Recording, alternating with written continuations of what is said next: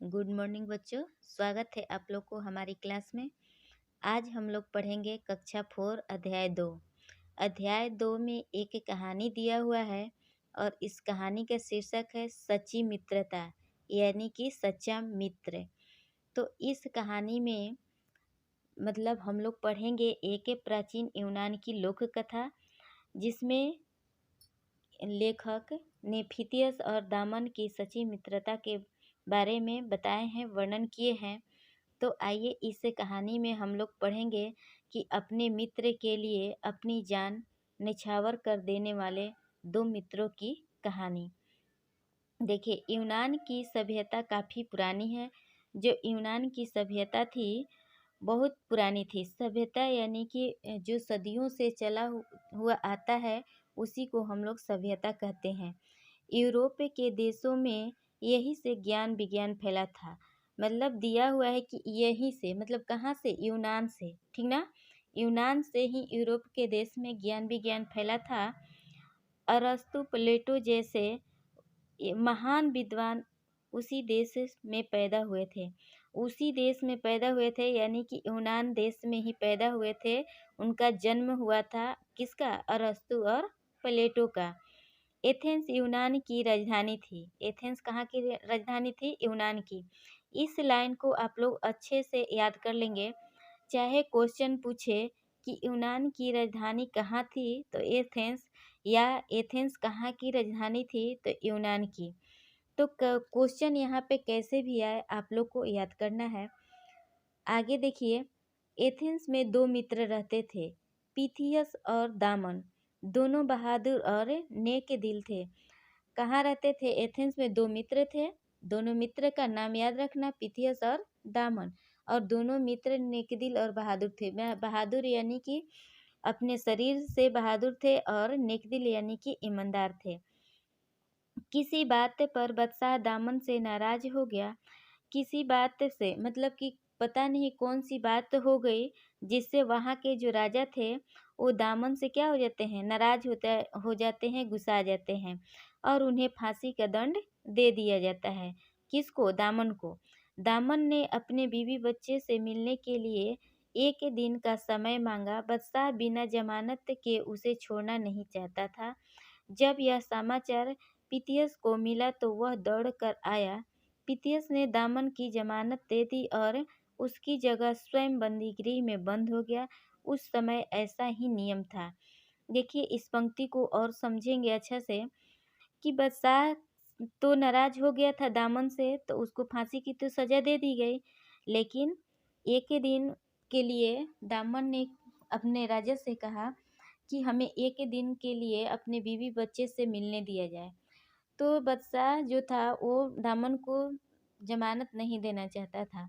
जब ये समाचार उसके दोस्त पिथियस के पास पहुंचा तो पिथियस, उसका जो दोस्त था, वो दौड़ा दौड़ा आता है और बादशाह से कहता है कि उसके जगह पे आप हमें बंदी गृह में रख लीजिए और दामन को जाने दीजिए, उसको अपनी फैमिली से मिलने के लिए, अपने परिवार से मिलने के लिए।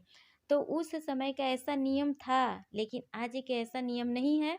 पहले ऐसा नियम था कि दूसरे की जगह पे दूसरा लोग सजा भुगत लेते थे। तो बंदी गृह में चला गया पितियस और दामन चला गया अपने परिवार से मिलने। दामन नियत समय पर नहीं लौटा, इसलिए उस समय के कानून के अनुसार पितियस को फांसी पर चढ़ने के लिए तैयार होना पड़ा। उसने अपने मन में कहा, निश्चय ही दामन के साथ कोई दुर्घटना घटी है या वह बीमार हो गया है, नहीं तो अब तक वह अवश्य पहुंच जाता। देखिए, इस पंक्ति में कहते हैं कि दामन जो था सही समय पर, नियत समय पर यानी कि ठीक समय पर, सही समय पर नहीं लौटा। तो इसलिए उस समय की जो कानून थी, सही समय पर दामन नहीं लौटा तो बादशाह क्या कर दिए? बोले कि आप पितियस को ही फांसी की सजा दी जाएगी, ठीक ना। तो पितियस को फांसी की सजा की चिंता नहीं थी कि हमें फांसी की सजा हो जाएगी। उसको यह चिंता सताया जा रहा था कि दामन ऐसा नहीं है मेरा दोस्त, जरूर उसके साथ कोई घटना घटी होगी, कोई दुर्घटना हो गई होगी या वह बीमार हो गया होगा, इसलिए वह नहीं आया। जब ही पितियस फांसी के तख्ते पर चढ़ने के लिए तैयार हुआ। दामन घोड़ा दौड़ाता आ पहुंचा, मतलब कि जैसे ही उसको फांसी के तख्ते पर उसके दोस्त पिथियस को चढ़ाने के लिए तैयार किया गया, तब तक क्या हुआ कि दामन यहाँ पे आ पहुंचा। उसका पहला घोड़ा पहुंचने से पहले ही थक कर मर गया था। दूसरा घोड़ा खोजने में बहुत समय लग गया। बड़ी मुश्किल से उसे एक साधारण घोड़ा मिला, जिस पर चढ़कर वह फांसी की जगह ठीक समय पर पहुंच सका। इस यहाँ पे कह रहे हैं कि जब उस फांसी के तख्ते पर लटकने वाला था तो वो आया और अपने दोस्त से बताया कि हम सही समय पर आ जाते, लेकिन जो मेरा पहले वाला जो घोड़ा था वो घोड़ा क्या हुआ, दौड़ते दौड़ते थक करके मर गया और हमें घोड़ा ढूंढने में बहुत टाइम लग गया, बहुत समय लगा। और वो घोड़ा ज़्यादा तेज नहीं दौड़ता था, साधारण घोड़ा था, तो इसलिए देर हो गया। लेकिन देर होते होते भी क्या हुआ कि सही समय पर वह पहुंच गया, मतलब कि उसके दोस्त की फांसी की सजा नहीं हुई थी। दामन के वापस आ जाने पर फितियस जरा भी खुश नहीं था। वह मित्र के लिए अपने प्राण न्यौछावर करना चाहता था। दामन विवाहित था और उसके पास बाल बच्चे थे जिन्हें वह बेहद प्यार करता था। फितियस अविवाहित था। देखिए यहाँ पे कह रहा है कि दामन के वापस आ जाने से उसके जो मित्र आ जाता है दामन, तो वो खुश नहीं रहता है, सोचता है कि अब तो ये क्या कहेगा, दामन कहेगा कि हम ही फांसी के तख्ते पर लटकेंगे और तुम नहीं। और ये फितियस जो है वो नहीं चाहता था। क्यों नहीं चाहता था? क्योंकि दामन के पास पूरी फैमिली थी, उसके बीवी थे, बच्चे थे, और इस अपने फैमिली से दामन बहुत प्यार करता था, बेहद प्यार करता था। और फितियस जो था वो विवाहित नहीं था, उनके बाल बच्चे नहीं थे, तो इसलिए फितियस जो चाहता था कि हम ही फांसी के तख्ते पर जाएं और मेरा दोस्त न जाए। फांसी पर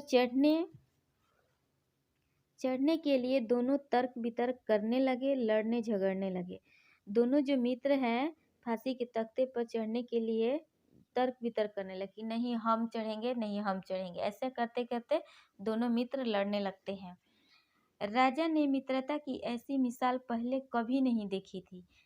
कुछ देर तक वह दोनों को मंत्र मुक्त देखता रहा, यानी कि मोहित हो गया, देखते देखते विभूषित हो गया, मतलब उसके सामने, मतलब अब सोच रहे थे क्या करें, ठीक ना। तब क्या करता है, फिर अपने आसन से उतर कर उन दोनों के पास आया और बोला, मित्रता की ऐसी मिसाल मुझे आज तक न देखने को मिली और न सुनने को। आप दोनों में से किसी को मरना नहीं होगा। यदि आप दोनों चाहे तो मेरे दोस्त बन जाएं।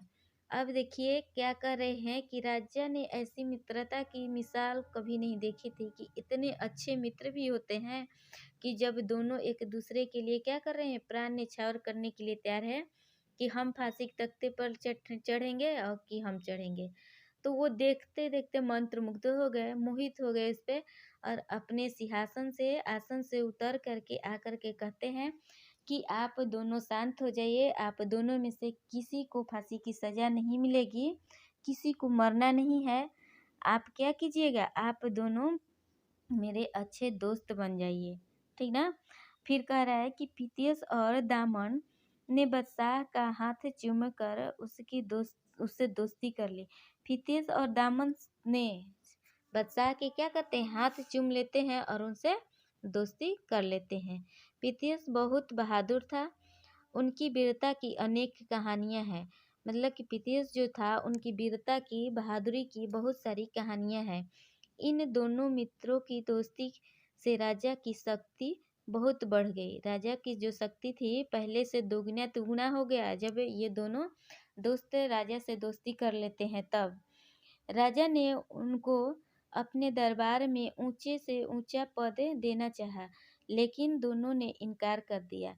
जब राजा सोच रहे थे कि अब तो ये दोनों मेरे दरबार में मेरे दोस्त बन के रहने ही लगे, तो राजा चाहते थे कि इन्हें और ऊंचा पद दे दें, लेकिन दोनों मित्र क्या कहते हैं कि नहीं, हमें ऊंचे ऊंचे पद नहीं चाहिए। ठीक।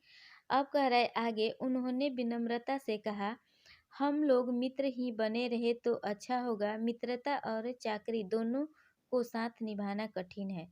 दोनों मित्र विनम्र भाव से विनती करते हुए कहते हैं राजा से कि नहीं नहीं, हम लोग ऊंचे पद नहीं लेंगे, हमें मित्र ही बने रहने दीजिए। मित्रता और चाकरी, चाकरी यानी कि नौकरी, जैसे कि मित्रता और नौकरी दोनों साथ निभाना कठिन हो जाएगा। दोनों में से कोई एक ही हम लोग अच्छे से निभा पाएंगे, दोनों दोस्त ने बोला। तब उस दिन से उन्होंने ऊंचे पद से इनकार कर दिया और राजा के अच्छे दोस्त बनकर ही राज दरबार में रहने लगे। इस कहानी में आप लोग अच्छे से पढ़े और समझे। अब हम लोग अगले वीडियो में इसके बहुविकल्पी क्वेश्चन और क्वेश्चन आंसर देखेंगे। तो ये आज के लिए इतना ही, फिर मिलते हैं हम अगले वीडियो में। धन्यवाद।